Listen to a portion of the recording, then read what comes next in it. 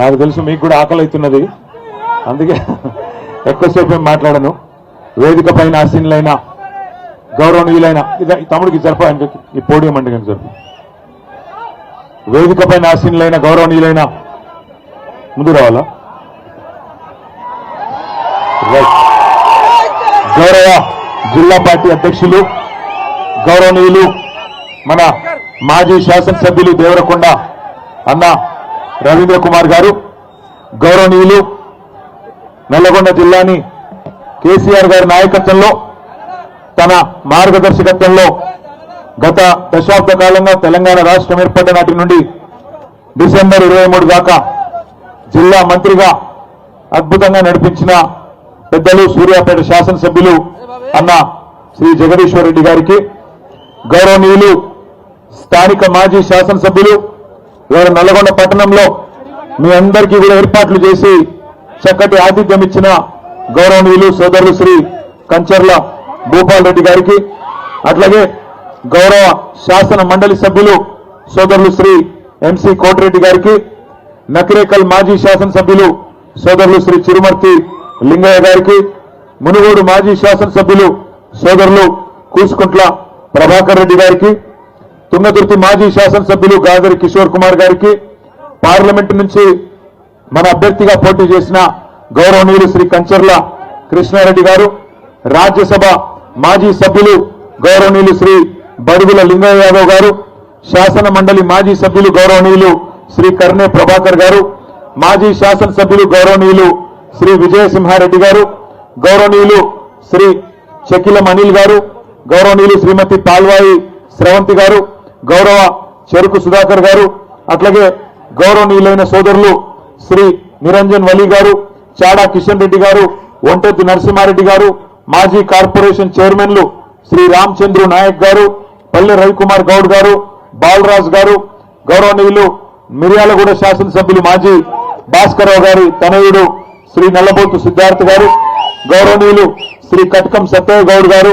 శ్రీమతి శరణ్యారెడ్డి గారు, శ్రీనివాస్ రెడ్డి గారు, బీలియా నాయక్ గారు, రాకేష్ రెడ్డి గారు, భువనగిరి దేవేందర్ గారు, నంద్యాల దయాకర్ రెడ్డి గారు, అదేవిధంగా వేదిక పైన ఆశీనులైన మిగతా పెద్దలందరికీ పేరు పేరున చెప్పిన, విజయసింహారెడ్డి గారి పేరు చెప్పిన, అట్లాగే ఏలోల పేర్లు చెప్పలేదో మా విజయేందర్ రెడ్డి అన్న, మా రంగారెడ్డి అన్న, విష్ణు అన్న, ఇంకందరికీ ఏలోల పేర్లు చెప్పలేదో యాదవ్ గౌడ్ గారు, ఇంకా పేరు పేరున అందరికీ ఏలోల పేర్లు చెప్పలేదో దయచేసి మనసుల్నే తిట్టుకోండి, బయట తిట్టకండి.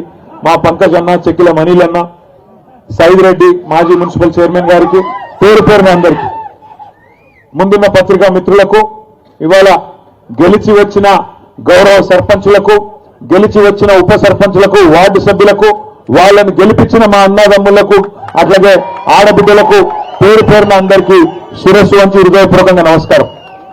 శిరస్సు వంచి నమస్కారం ఎందుకు చేస్తున్నా అంటే ఈ గెలుపు ఖచ్చితంగా మీది మాత్రమే, మీరు మాత్రమే కొట్లాడి గెలిచినారు. కేసీఆర్ గారి స్ఫూర్తితో ఎవరు సహకరించినా సహకరించకపోయినా మా నాయకుడు కేసీఆర్ గారు అందించిన పోరాట స్ఫూర్తితో మేము కొట్లాడతామని చెప్పి అధికార పార్టీ ఆగడాలను, అధికార పార్టీ అరాచకాలను అన్నిటిని ఎదుర్కొని, వాళ్ళ గూండాగిరిని, పోలీసు పవర్ను అన్నిటిని ఎదుర్కొని మీరు అద్భుతంగా వీరోచితంగా పోరాటం చేసినందుకు గట్టిగా చప్పట్లతో ఇక్కడ ఉన్న వాళ్ళందరూ మొత్తం నల్లగొండ జిల్లా మొత్తం ఇవ్వటట్టు వారికి అభినందనలు చెప్పాలని కోరుతా ఉన్నా. గెలిచిన వారికి, స్వల్ప తేడాతో ఓడిన వారికి, గెలిచి ఓడిన వారికి పేరు పేరున అందరికీ అభినందనలు.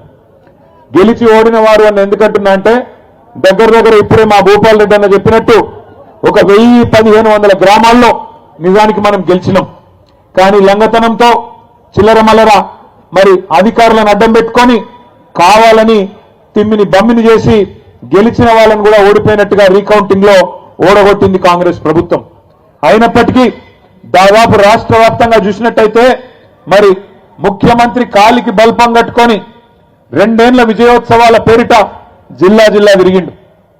స్థానికంగా ఉండే ఎమ్మెల్యేలు బెదిరించిండ్రు, మీకు ఇందిరమ్మ ఇండ్లు రావు, ఫలానా పథకం రాదు, ఫలానా పథకం రాదు అని బెదిరించిండ్రు. కాలికి బల్పం కట్టుకొని ఎమ్మెల్యేలు, అధికార పార్టీ ఎమ్మెల్యేలు ఊరూరు తిరిగిండ్రు. ఇంకా చాలా రకాలుగా అధికార యంత్రాంగాన్ని అడ్డం పెట్టుకొని బెదిరించినారు. ఇన్ని చేసినా రాష్ట్ర వ్యాప్తంగా నిజాయితీగా కనుక ఎన్నికలు జరిగింటే 60% టచ్ అయ్యేది. అయినప్పటికీ దగ్గర 35-40% స్థానాల్లో ఇవాళ బీఆర్ఎస్ గెలిచింది అంటే దానికి కారణం మీరు మీరు మీరు అనే మాట మళ్ళొకసారి నేను విజ్ఞప్తి చేస్తా ఉన్నా. నిజంగా మీ పోరాట స్ఫూర్తి ఇలా పార్టీ నాయకత్వం మొత్తానికి కొత్త ఉత్సాహం ఇచ్చింది. కాంగ్రెస్ పార్టీకి ముచ్చెమటలు పట్టించింది. అందుకే జిల్లా పరిషత్ ఎన్నికలు పెట్టాలంటే, మండల పరిషత్ ఎన్నికలు పెట్టాలంటే కాంగ్రెస్ ముఖ్యమంత్రికి, కాంగ్రెస్ పార్టీకి భయమయ్యి ఇలా తప్పించుకొని పారిపోతా ఉన్నారు. చూస్తా ఉన్నారు మీరు. ఇవాళ పొద్దున్నే పేపర్లో వార్తా ఉన్నది, సహకార సంఘాలకు ఎన్నికలు పెట్టాలా. రైతులకు నిజంగానే ముఖ్యమంత్రి గారు, కాంగ్రెస్ ప్రభుత్వం ఏదైనా మంచి చేసింటే సహకార సంఘాలకు ఎన్నికలు పెట్టి ఉండాలి. ఈరోజు రైతు దినోత్సవం కూడా, జాతీయ రైతు దినోత్సవం ఈరోజు. ఈ జాతీయ రైతు దినోత్సవం రోజు ఒక రైతు బిడ్డగా నేను ముఖ్యమంత్రి గారిని అడుగుతా ఉన్నా, నీకు నీ ప్రభుత్వానికి మన నిజాయితీ ఉంటే, నీకు నీ ప్రభుత్వానికి నిజంగానే వ్యవసాయదారులకు ఏమైనా మంచి చేసినామనే నమ్మకం ఉంటే, దమ్ముంటే సహకార ఎన్నికలు పెట్టమని చెప్పి గట్టిగా నల్లగొండ వేదికగా నేను డిమాండ్ చేస్తా ఉన్నా.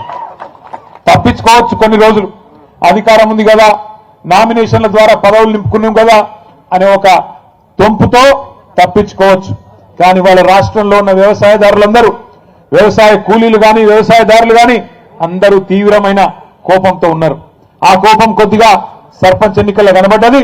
సహకార ఎన్నికలు గిన పెడితే రైతులు కర్రుగాల్చి వాత పెడతారనే భయంతో ఇవాళ నామినేటెడ్ పద్ధతుల్లో ఆ పదవులు నింపుకునే ప్రయత్నం చేస్తా ఉన్నాడు ముఖ్యమంత్రి గారు. 2 ఏళ్ళు అయిపోయింది. ఏం చేసిండ్రు 2 ఏళ్ళు ఈ ముఖ్యమంత్రి గారు? కాంగ్రెస్ ప్రభుత్వం కేవలం టైం పాస్, కాలక్షేపం కార్యక్రమాలు తప్ప ఏమీ లేదు. రోజుకొక లీక్ ఇస్తారు. ఇగో ఈ కేసు, ఆ కేసు, ఆ కేసు, ఈ కేసు. 2 ఏళ్లుగా కేసుల చుట్టూనే నడుపుతున్నాడు ప్రభుత్వాన్ని తప్ప ప్రజలకు పనికొచ్చే ఒక్క కార్యక్రమం కూడా లేదు. పోనీ ఆ కేసులన్న ధైర్యంగా పెడతాడా మొగోడిలాగా అంటే అది కూడా శాత కాదు. రోజు ఒక్క లీక్. ఇగో ఈ కేసు ఇస్తారంట, ట్యాపింగ్ అంట, నోటీస్ అంట. రారాదు కెమెరా ముంగటికి ముఖ్యమంత్రి దమ్ముంటే మొగాడు అయితే రా, వచ్చి చెప్పు, ఈ కేసులో కేసు పెడుతున్నా అని చెప్పు. రోజు చూడండి, శిఖండి రాజకీయాలు తప్ప మగాళ్ళలాగా మగతనంత రాజకీయాలు చేసే దమ్ము మాత్రం లేదు. రా, ముందుకు రా, కెమెరాల ముంగటికి రా. చిట్ చాట్ల వెనకాల దాక్కునుడు ఎందుకు? ముఖం ముంగ పెట్టుకొని రా, ముంగటి కెమెరా ముంగటికి వచ్చి ఈ కేసులో నేను కేసు పెడుతున్నా, నేనే పోలీసులకు చెప్పినా, నోటీస్ ఇస్తున్నా, నేనే అవసరమైతే జైల్లో పెడతా అని హోంమంత్రి కూడా నువ్వే కదా, వచ్చి చెప్పు ముంగటికి వచ్చి. అది చేత కాదు. వెనకాల కూర్చొని చిట్ చాట్ల పేరిట, కాలక్షేపం కబుర్ల పేరిట ఇలా టైంపాస్ చేస్తా ఉన్నాడు ముఖ్యమంత్రి. ఎందుకో కూడా మీకు తెలుసు ఈ కాలక్షేపాలు, ఎందుకు ఈ డైవర్షన్ గేమ్లు అనేది. ఎందుకంటే ఇవాళ ప్రజలు అడుగుతున్నారు, 6 గ్యారంటీలు అంటివి, 100 రోజులు అంటివి ఏమాయ నాయనా అని అడుగుతున్నారు. సర్పంచ్ ఎన్నికల్లోనే 40% మందికి ఇవాళ బుద్ధి చెప్పిండ్రు బ్రహ్మాండంగా. కాంగ్రెస్ నాయకులను ఎక్కడికక్కడ నిలదీసిండ్రు.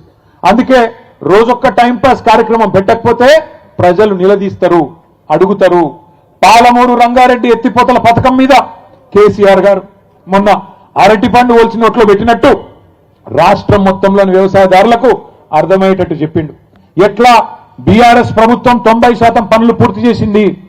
పాలమూరు జిల్లాలోని 14 నియోజకవర్గాలకు, రంగారెడ్డి జిల్లాలోని 6 గ్రామీణ నియోజకవర్గాలకు, అట్లాగే మన దక్షిణ పశ్చిమ నల్లగొండలో, సౌత్ వెస్ట్ నల్లగొండలో మునుగోడు, దేవరకొండ, కొంత నల్లగొండ నియోజకవర్గం, కొంత నాగార్జున సాగర్ నియోజకవర్గానికి లాభమయ్యే విధంగా డిండి ప్రాజెక్టును కూడా అక్కడ తీసుకున్న నీళ్లతోనే ఎట్లా మేము ప్రయత్నం చేసినాం, ఎట్లా 90% పనులు పూర్తయినాయి, ఎట్లా 10% ఈ 2 ఏళ్లుగా అసలు పని చేయకుండా పండబెట్టిండ్రు.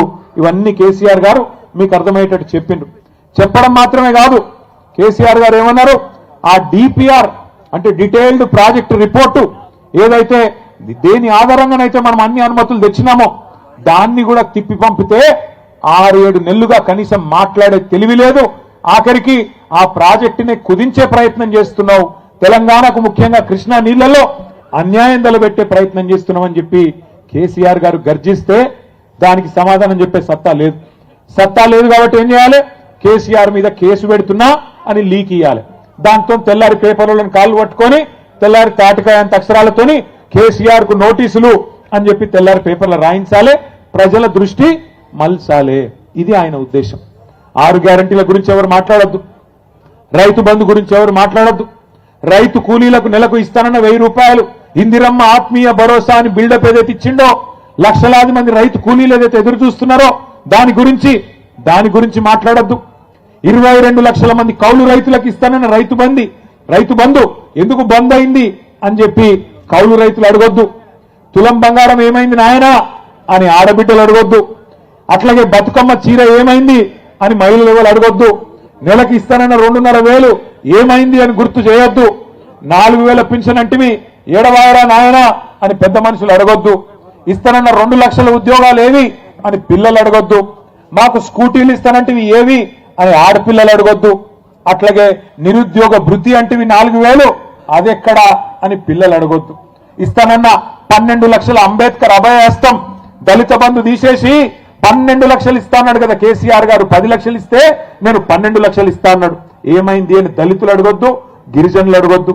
అట్లాగే బీసీలకు 42% ప్రభుత్వ కాంట్రాక్టులలో, విద్యలో, ఉపాధిలో, సర్పంచ్ ఎన్నికల్లో, స్థానిక సంస్థల్లో ఇస్తానన్న రిజర్వేషన్ ఏమైందని బీసీలు అడగొద్దు. పెడతానన్న 20,000 కోట్ల బడ్జెట్ సంవత్సరానికి మొత్తం 5 ఏళ్లలో 1,00,000 కోట్ల బడ్జెట్ ఏమైంది అని బీసీలు అడగొద్దు. ఇస్తానన్న గొర్రెలేమాయ్ అని యాదవులు అడగొద్దు. తెస్తానన్న చేపలేడవాయ్ అని ముదిరాజులు గంగపుత్రులు అడగొద్దు. బీసీ డీలకెళ్ళి ఏలకు మారుస్తాన్నావు కదా ఏమాయ్ అని ముదిరాజులు అడగొద్దు. ఇట్లా 420 హామీలు ఏవైతున్నాయో వీటన్నిటి నుంచి దృష్టి మళ్లించాలంటే ఏం చేయాలి? కేసీఆర్ కు నోటీసులు ఇవ్వాలి. అందుకే ఇలా నోటీసులు ఇచ్చి ప్రజలను మళ్ళొక్కసారి పత్రికలను మేనేజ్ చేసి, టీవీలను మేనేజ్ చేసి గందరగోళం చేసే ప్రయత్నం చేస్తున్నాడు ముఖ్యమంత్రి. దయచేసి నేను మీ అందరికి ఒకటే విజ్ఞప్తి చేస్తున్నా.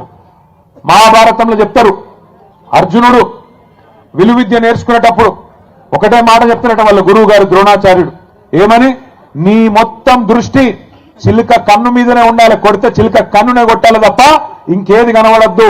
చెట్టు కనబడద్దు, చెట్టు మీద ఉన్న దానికి ఉన్న మరి కొమ్మలు కనబడద్దు, కొమ్మ చుట్టూ ఉన్న ఆకులు కనబడద్దు, ఏది కనబడద్దు. ఆ చెట్టు మీద కూర్చున్న చిలుక కన్నుకే కొట్టాలని చెప్పి తదేక దీక్షతోని దృష్టి పెట్టి కొట్టుమనేదైతే చెప్తాడో మన కేసీఆర్ గారు కూడా మీకు అదే చెప్పమని చెప్పిండు నల్లగొండలో. ఒకటి మన దృష్టి మన మీద ఎన్నెన్న కేసులు పెట్టుకొని, కేసులు పెట్టని, అవసరమైతే జైలుకు పంపని, ఏమన్నా కానీ కాంగ్రెస్ ను మాత్రం ప్రజాక్షేత్రంలో 420 హామీలు అమలు చేసేదాకా, నల్లగొండ మహబూబ్ నగర్ జిల్లా రైతాంగానికి కృష్ణా జలాల్లో న్యాయం జరిగేదాకా వదిలిపెట్టే సమస్య లేదు. పోరాటం ఎంతదాకైనా పోదామనే మాట కూడా నేను మళ్ళొక్కసారి మీకు విజ్ఞప్తి చేస్తా ఉన్నా. భయపడకండి, ఎవ్వరితో ఏం కాదు. కాంగ్రెస్ వాళ్ళకంత ధైర్యం కూడా లేదు. కేసీఆర్ గారు గర్జిస్తే ఈ జిల్లా మంత్రులు, నీళ్ల మంత్రి కూడా ఈ జిల్లాలోనే ఉన్నాడు. పాపం ఆయన నీళ్ల గురించి కూడా తెలియదు. నిన్న ప్రెస్ మీట్ పెట్టి నేను చూస్తా ఉంటా. ఆయనకి ఏం తెలియదు. ఏమన్నంటే నేను ప్రిపేర్ అయ్యి రాలే, రేపు వస్తా అంటాడు. మళ్ళా ఒక ఆయనేమో ప్రిపేర్ అయ్యి రాడు, ఇంకొక ఆయనేమో నీళ్లు వాటర్ నేను ఎక్కువ చెప్పా ఆయన గురించి. గిసంటోళ్ళు ఈ జిల్లా మంత్రులు ఏం తెలుసు వీళ్ళకు? నీళ్ల గురించి తెలుసా? ప్రజల అవస్థల గురించి తెలుసా? అడ్డమైన అబద్ధాలు చెప్పి అర్రాసు పాటవాడి ఇవాళ అడ్డదారిలో అధికారంలోకి వచ్చి కూర్చున్నారు. మీదికెళ్ళి ఇవాళ హుంకరిస్తా ఉన్నారు, బెదిరించే ప్రయత్నం చేస్తున్నారు. బెదిరింపులు అంటే మామూలు బెదిరింపులు కాదు. ఇక్కడే ఎల్లారెడ్డిగూడెంలో ఎల్లమ్మగూడెంలో యాదగిరిని ఏ రకంగా అవమానించినరో ఒక యాదవ సోదరుణ్ణి మీ కళ్ళ ముంగట్నే ఉన్నది. లింగంపల్లిలో, సూర్యాపేట జిల్లాలోని నూతనకల్లి మండలం లింగంపల్లిలో మల్లయ్య యాదవ్ గారిని కిరాతకంగా హత్య చేసినారు. అట్లాగే చిన్న కాపర్తిలో ఇప్పుడే లింగయ్య గారు చెప్పినట్టు గెలిచిన వాళ్లను పోస్టల్ బ్యాలెట్లను లెక్క పెట్టకుండా ఓడించినట్టు ప్రకటించినారు. అట్లా చాలా గ్రామాల్లో, ఇక్కడ నారాయణపురంలో కానీ ఇంకా చాలా గ్రామాలలో ఇవాళ ఈ అరాచకంతో రీకౌంటింగ్ చేసి మొదలు గెలిచిన వాళ్లను తర్వాత ఓడిపోయిన వాళ్ళుగా ప్రకటించి ఆ రకంగా కూడా అన్యాయం చేసినారు. ఇవాళ బెదిరింపులు పనిచేయకపోవడంతో కొత్త కథ ఎత్తుకున్నారు. ఏమని, మీకు ఇందిరమ్మిన్లు ఇయ్యం, మీకు ఫలానాది ఇయ్యం, మీరు సర్పంచులందరూ మాతోనే వస్తేనే రేపటి రోజున మీకేమైనా ఉంటుందని చెప్తున్నారు. నేను మీ అందరికీ ఒకటే గెలిచిన మా గౌరవ సర్పంచులకు, ఉప సర్పంచులకు ప్రత్యేకంగా నేను విజ్ఞప్తి చేస్తా ఉన్నా. ఒక్కసారి మీరు పరిస్థితి గమనించండి. గెలిచిన కాంగ్రెస్ ఎమ్మెల్యేలకే ఇవాళ దిక్కు లేదు అక్కడ. మీరు చూడండి, నేను చెప్పేది అబద్ధం కాదు. ఒక ఎమ్మెల్యే గారు, కాంగ్రెస్ ఎమ్మెల్యే నిజామాబాద్ జిల్లాలో, కామారెడ్డి జిల్లాలో, ఇక రేవంత్ రెడ్డి గారు నిధులు ఇస్తలేడు అభివృద్ధికి అని చెప్పి ప్రపంచ బ్యాంకుకు ఉత్తరం రాసిండు ఆయన. అయ్యా నాకు ఒక 100 కోట్లు ఇవ్వండి, మా ముఖ్యమంత్రి గారు పైసలు ఇస్తలేడు, అభివృద్ధికి పైసలు లేవంట అని ఆయన ఉత్తరం రాసుకున్నాడు. అట్లాగే ఇంకొక ఎమ్మెల్యే గారు, మహబూబ్ నగర్ జిల్లా ఎమ్మెల్యే గారు, కాంగ్రెస్ ఎమ్మెల్యే ఎన్ఎం శ్రీనివాసరెడ్డి, ఆయన కుళ్ళ చెప్తున్నాడు, కాంగ్రెస్ ఎమ్మెల్యేలకు పైసలు లేవు, ప్రభుత్వం దగ్గర డబ్బులు లేవు, మాకు పెళ్లిళ్లకు పేరెంటాలకు పోవడం తప్ప మాకు ఏ పని లేకుండా పోదు అని చెప్పి ఆ ఎన్ఎం శ్రీనివాసరెడ్డి గారు చెప్తా ఉన్నాడు. ఇది మీకు ఎందుకు చెప్తున్నా అంటే గెలిచిన ఎమ్మెల్యేల పరిస్థితి ఇట్లా ఉన్నది. వాళ్ళు అనుకుంటున్నారు కాంగ్రెస్ ఎమ్మెల్యేలు మేము అనుకుంటే సర్పంచులను ఇబ్బంది పెట్టగలుగుతామని వాళ్ళు అనుకుంటున్నారు. కానీ మీకు రక్షణగా నిలబడేది, మీకు రక్షణకు వచ్చేది, మీ హక్కులను కాపాడేది ఒకరే ఒక్కరు, డాక్టర్ బాబాసాహెబ్ అంబేద్కర్ రాసిన రాజ్యాంగమే మీకు ఇవాళ హక్కుగా అండగా నిలబడుతుందని చెప్పి మాట నేను విజ్ఞప్తి చేస్తా ఉన్నా. ఈ పైసలు ఏవైతే వాళ్ళు చెప్తున్నారో నేను ఈయనీయా ఇచ్చేస్తా అజ్జేస్తా అని ఎవడి అబ్బ సొమ్ము కాదు, ఎవడి అత్త సొమ్ము కాదు. ప్రజల పైసలు పన్నుల రూపంలో ప్రజలు కట్టిన పైసలను మళ్ళీ తిరిగి వారి కోసమే ఖర్చు పెట్టడం ప్రజాప్రతినిధులుగా మన బాధ్యత. ప్రజాప్రతినిధులుగా ఇవాళ దేశంలో 5 అంచెల్లో ప్రభుత్వాలు ఉన్నాయి. ఢిల్లీలో కేంద్ర ప్రభుత్వం ఉన్నది, ప్రధానమంత్రి గారు, మంత్రి మండలి, ఎంపీలు ఢిల్లీలో ఉంటారు. రాష్ట్రంలో రాష్ట్ర ప్రభుత్వం ఉంటుంది, ముఖ్యమంత్రి గారు, మంత్రి మండలి, ఎమ్మెల్యేలు, ఎమ్మెల్సీలు రాష్ట్రంలో ఉంటారు. కొద్దిగా కిందికి వస్తే జిల్లా పరిషత్, ఇప్పుడు జిల్లా పరిషత్ లేదు కానీ జిల్లా ప్రభుత్వం జిల్లా పరిషత్ రూపంలో ఉంటుంది.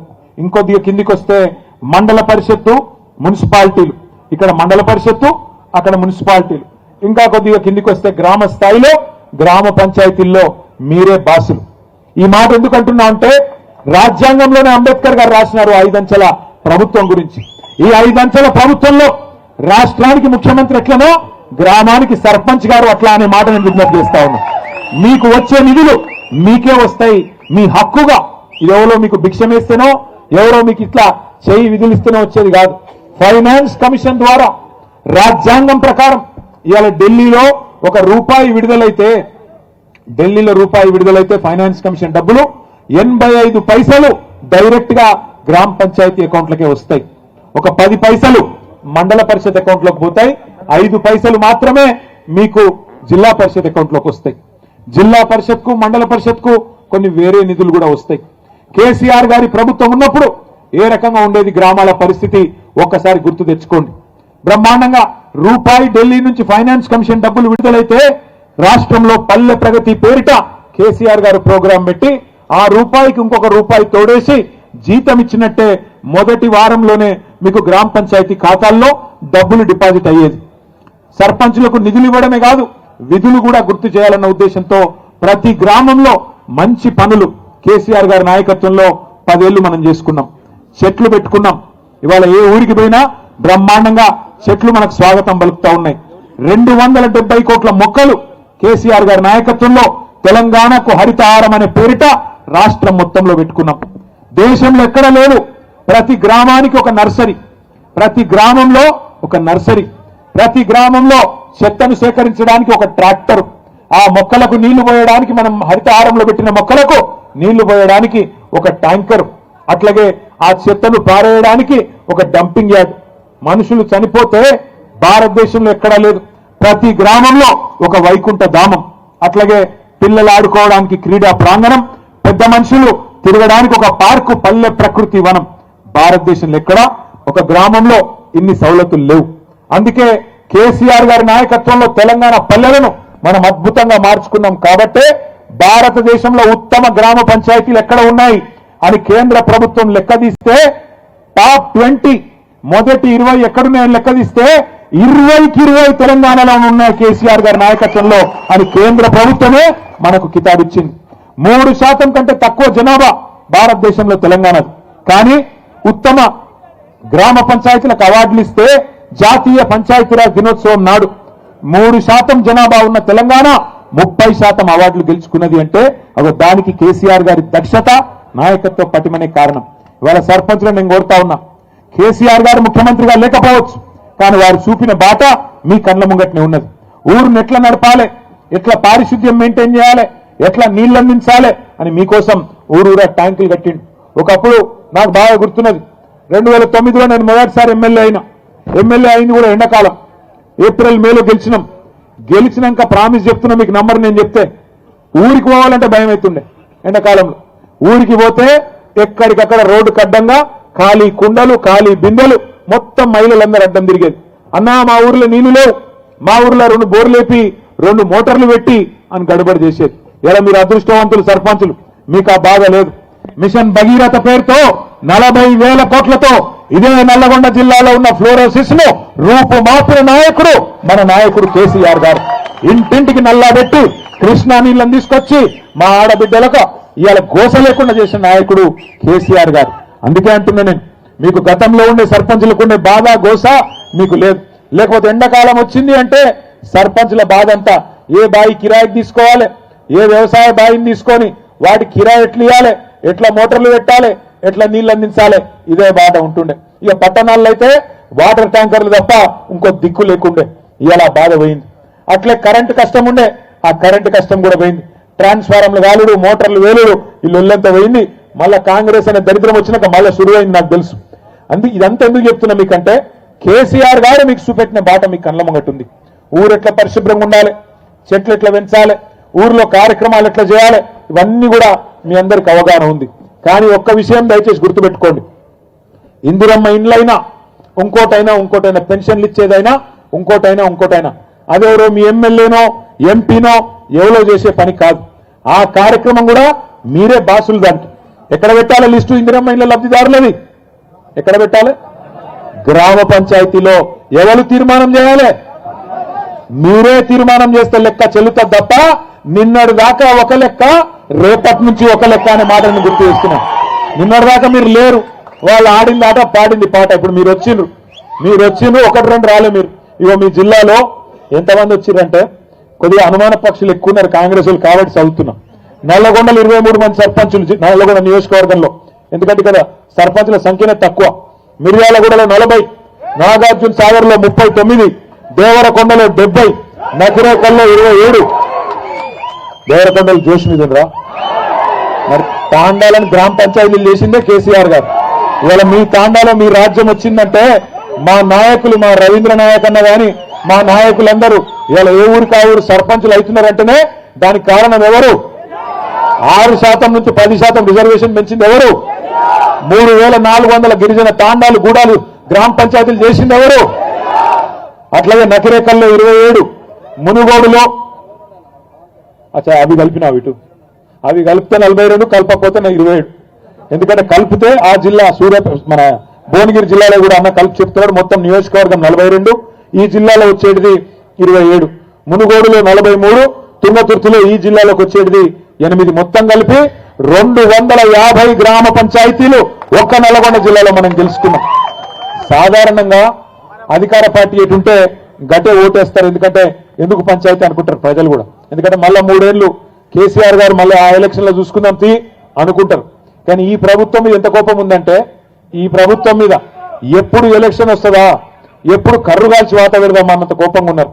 ఎందుకంటే ఇటువంటి మాటలు ఇట్లాంటి ముఖ్యమంత్రిని బహుశా ఎవరు చూసి ఉండరు.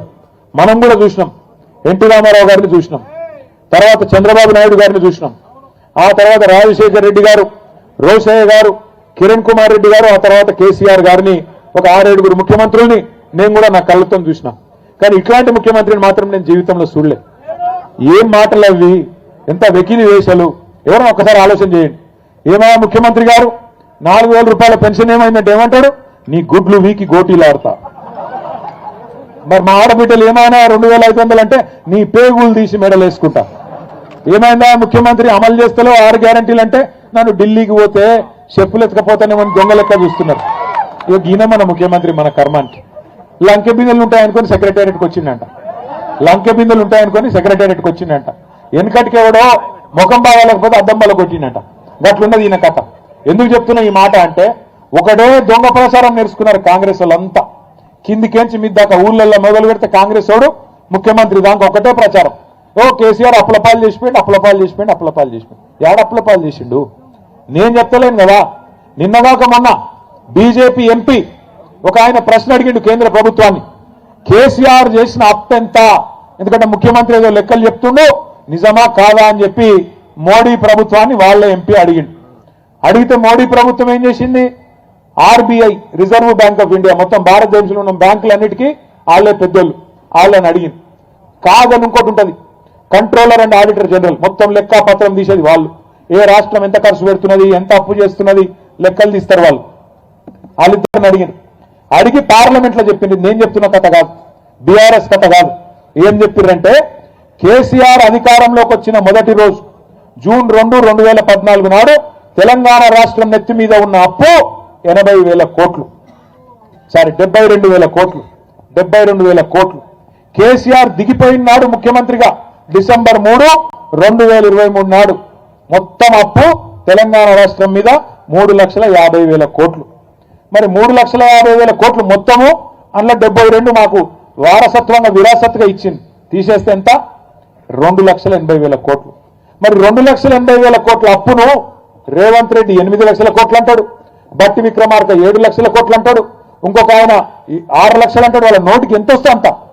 ఇలా కేంద్ర ప్రభుత్వం చెప్పే కాగి లెక్కలు నిజమా, ఈ సన్నాసులు చెప్పే కాకి లెక్కలు నిజమా, ఊరూర చర్చ పెట్టాల్సిన బాధ్యత మన మీద ఉన్నది. అవును, కేసీఆర్ అప్పు చేసిండు, 2,80,000 కోట్లు అప్పు చేసిండు. ఏం చేసిండు మరి అప్పు చేసి? 73,000 కోట్ల రూపాయలు రైతుల ఖాతాల్లో రైతు బంధు రూపంలో టింగు మన నాట్లేసే టైంకి పడ్డాడు కేసీఆర్ ఉన్న 2 సార్లు రుణమాఫీ, 30,000 కోట్లతో రుణమాఫీ చేసిండు. 2 సార్లు లక్ష రూపాయలు. అట్లాగే 93,000 కోట్ల రూపాయలు పెట్టి కాళేశ్వరం ప్రాజెక్టు కట్టిండు. 27,000 కోట్ల రూపాయలు పెట్టి పాలమూరు రంగారెడ్డి ఎత్తిపోతల పథకం బ్రహ్మాండంగా 90% పూర్తి చేసిండు. మీ జిల్లాలో దామెరచెర్లలో విద్యుత్ కేంద్రం, అతి పెద్ద విద్యుత్ కేంద్రం భారతదేశంలోనే, ఇవాళ 40,000 కోట్ల రూపాయలతోని ఇక్కడ కట్టిండు. మీ జిల్లాలో ఒక్క మెడికల్ కాలేజీ లేకుండే, ఉమ్మడి నల్లగొండ జిల్లాలో కేసీఆర్ గారు వచ్చేదాకా ఒక్క మెడికల్ కాలేజీ లేని ఉమ్మడి నల్లగొండలో బ్రహ్మాండంగా 1 కాదు 3, సూర్యాపేటలో, నల్లగొండలో, భువనగిరిలో 3 ప్రభుత్వ మెడికల్ కాలేజీలు, 3 ప్రభుత్వ నర్సింగ్ కాలేజీలు కేసీఆర్ గారు పెట్టిండు. అప్పు చేసిండు. అవును, 1022 గురుకుల పాఠశాలలు పెట్టిండు. 6.5 లక్షల మంది పిల్లలకు ఒక్కో పిల్ల మీద ఒక్కో పిల్లాడి మీద 1,20,000 రూపాయలు ఖర్చు పెట్టి బ్రహ్మాండంగా ప్రపంచంతో పోటీపడే పౌరులుగా వాళ్ళని తయారు చేసిండు. 7,000 మంది పిల్లలకు అంబేద్కర్ ఓవర్సీస్ స్కాలర్షిప్ పేరు మీద 20 లక్షల రూపాయలు వాళ్ళు విదేశీ విద్యను అభ్యసించేందుకు 7,000 మంది పిల్లలకు ఇచ్చిండు. అవును, అప్పు చేసిండు. 15 లక్షల మంది ఆడబిడ్డలకు కళ్యాణ లక్ష్మి పేరుతో, షాదీ ముబారక్ పేరుతో మేనమామలాగా పెళ్లి చేసిండు. అవును, అప్పు చేసిండు. 15 లక్షల తల్లులకు కేసీఆర్ కిట్ ఇచ్చిండు. నేను అడుగుతున్నా రేవంత్ రెడ్డి, దమ్ముంటే చెప్పు. కేసీఆర్ గారు 2,80,000 కోట్ల అప్పు చేసి ప్రజలను ఒక తండ్రిలాగా కాపాడుకున్నాడు. నువ్వు వచ్చి 2 ఏళ్ళ కేసీఆర్ 10 ఏళ్లలో 2,80,000 కోట్ల అప్పు చేస్తే నువ్వు 2 ఏళ్లలో 2.5 లక్షల కోట్ల అప్పు చేసినావు. ఏం చేసినావు చెప్తావా? ఒక ఇటుక పెట్టినవా? ఒక కాలువ తవ్వినవా? ఒక చెరువు తవ్వినవా? ఒక మంచి పని చేసినవా? ఒక హామీ నిలబెట్టుకున్నావా? ఏం చేసినావు? దయచేసి చెప్పు ప్రజలకు. శ్వేత పత్రాలు ప్రచురించి దమ్ముంటే చెప్పు. ఇవాళ ఎంతసేపు కేసులు పెడతా, పోలీసులను అడ్డం పెట్టుకొని బతుకుతా, ఎన్ని రోజులు తిరుగుతావు అట్లా? 2 ఏళ్ళు అయిపోయింది, నీ హనీమూన్ పీరియడ్ అయిపోయింది, ఇక అసలు కథ మొదలున్నది. అందుకే కేసీఆర్ గారు మొన్న చెప్పిండ్రు, నిన్నటి దాకా ఒక లెక్క, రేపటి నుంచి ఇంకో లెక్క. నల్లగొండ నుంచే కథన బేరి మోగిస్తాం. కృష్ణా జలాల్లో జరుగుతున్న అన్యాయం మీద నల్లగొండ నుంచే కేసీఆర్ గారు మరి యుద్ధం ప్రకటించబోతా ఉన్నారు. తొందరలోనే మన మునుగోడు దేవరకొండ మధ్యలో ఏదో ఒక ప్రాంతంలో మన జిల్లా నాయకత్వంతో మాట్లాడి అక్కడ ఒక బహిరంగ సభ కూడా ఉంటుంది. దానికి పెద్దలు కేసీఆర్ గారు కూడా వస్తా ఉన్నారు. మీరందరూ కూడా దయచేసి మరి కథానాయకుల మాదిరిగా కదిలి రావాలని చెప్పి కోరుతూ, గెలిచిన సర్పంచులకు షేర్గా నాది ఒకటే ఒక విజ్ఞప్తి. మీరెవ్వరూ భయపడే అవసరం లేదు, ఎలాంటి పంచాయతీ పెట్టుకునే అవసరం లేదు.